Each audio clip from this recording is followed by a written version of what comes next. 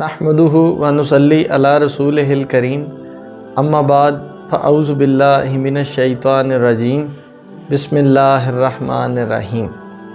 नाज़रीन, आज की इस नशिस्त में मैं आपको खुशामदीद कहता हूँ।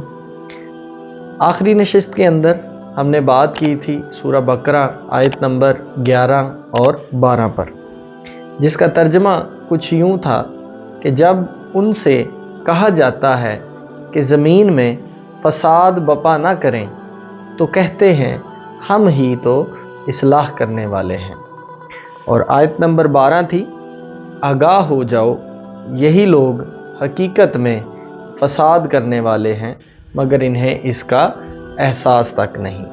तो आखिरी नशिस्त के अंदर हमने इन दोनों आयतों को एक डिफरेंट एंगल से समझने की कोशिश की थी, एक मुख्तलिफ ज़ाविये से समझने की कोशिश की थी। और वो ज़ाविया क्या था? वो ज़ाविया ये था कि ये जो दोनों आयत हैं ये डायलॉग हैं किसके दरमियान।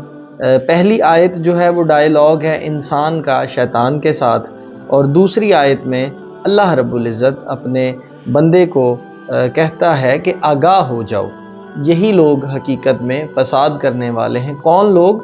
वो शयातीन जो हर इंसान के साथ पैदा होते हैं।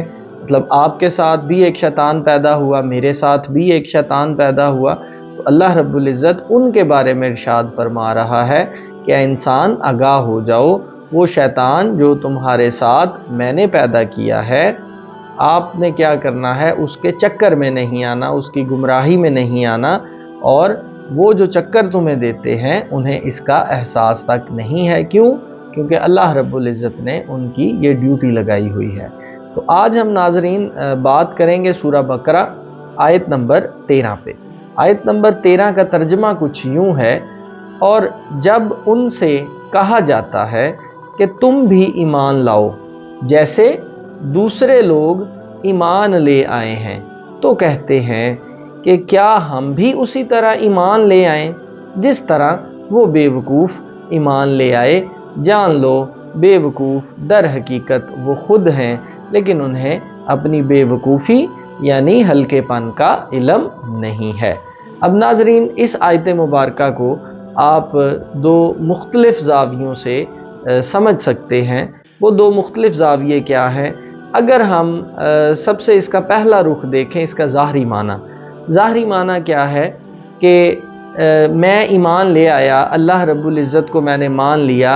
मैं कोई भी काम अगर करता हूँ तो मैं इस यकीन के साथ अगर करता हूँ कि मेरा रब मुझे देख भी रहा है और मेरा रब मुझे सुन भी रहा है, तो मैं किसी भी गुनाह को करने से पहले 1000 दफ़ा सोचूंगा कि यार मेरा रब मुझे देख रहा है, सुन रहा है, मैं क्यों ये काम कर रहा हूँ।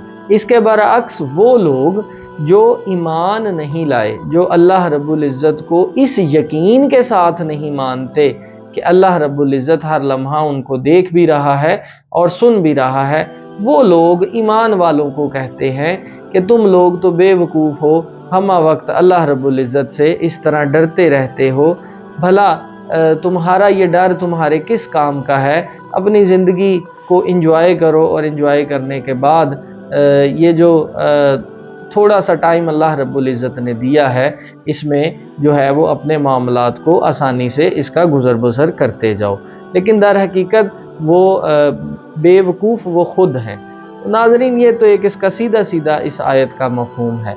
हम इसका एक डिफरेंट एंगल, एक दूसरा ज़ाविया इसको देखते हैं कि लास्ट जो हमारी आयत थी, जो हमारी डिस्कशन थी, उनमें हमने बात की कि अल्लाह रब्बुल इज़्ज़त जो है वो हमें कह रहा है कि ऐ इंसान आगाह हो जाओ, वो शैतान जो तुम्हारे साथ मैंने अटैच किया हुआ है उसके चक्कर में ना आना। अब ये जो आयत है नाज़रीन, बेसिकली हमारी रूह और हमारे शैतान के दरमियान ही ये डायलॉग है, और ये उसी का एक पार्ट है कि जब उनसे कहा जाता है कि तुम भी ईमान लाओ, मतलब हमारी रूह हमारे शैतान को कहती है कि तुम भी वैसे ही ईमान ले आओ जिस तरह हम उस दिन ईमान लेके आए थे, रोज़े जिस दिन अल्लाह रब्बुल इज़्ज़त ने तमाम रूहों को बनाया, एक जगह पर इकट्ठा किया और उन सब से अहद लिया। अहद क्या लिया? कि तुम सब इस बात को मानो کہ میں تمہارا رب ہوں، اور ہم سب روحوں نے اس بات کا عہد کیا تھا۔ تو ہماری روح جو ہے وہ ہمارے شیطان سے کہہ رہی ہے کہ تم بھی اسی طرح ایمان لے آؤ، تم بھی اس بات پر یقین لے آؤ جس طرح ہم اس دن جو ہے وہ یقین لے آئی تھی۔ تو بدلے میں ہمارا شیطان ہمیں پتہ کیا کہتا ہے؟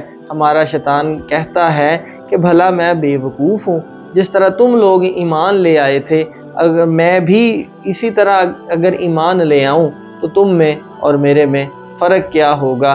تو ناظرین، اگر ہم اس گفتگو کو، اس ڈائیلاگ کو اس اینگل سے سمجھیں گے اور اس اینگل کو سمجھ کر اس سے یہ بات اخذ کریں گے تو اس آیت سے ہمیں بہت اچھا میسج یہ ملتا ہے کہ ہم نے اپنے شیطان کی جو بات ہے وہ بالکل بھی نہیں ماننی۔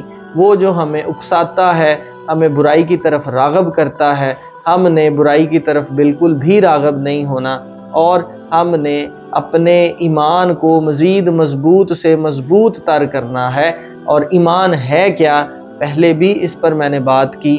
اصل ایمان وہ ہے کہ ہر آدمی خود کو اس یقین پر کھڑا کر لے کہ اللہ رب العزت کی ذات اس کو دیکھ بھی رہی ہے، اس کو سن بھی رہی ہے، اور وہ جب خود کو اس یقین پر کھڑا کر لے گا تو کسی بھی قسم کی برائی کو کرنے سے پہلے یہ بات اس کے دماغ میں فوراً آ جائے گی اور وہ تمام قسم کی برائیوں سے بچ جائے گا۔ میں اللہ رب العزت سے دعا کرتا ہوں کہ اللہ رب العزت ہمیں ان باتوں کو ان زاویوں سے سمجھنے کی جو ہے وہ توفیق عطا فرمائے، تاکہ ان قرآن کی آیات کو جب ہم پڑھیں اور قرآن کی آیات کو پڑھ کر ہماری جو ذاتی زندگیاں ہیں ان زندگیوں میں ایک تبدیلی آئے۔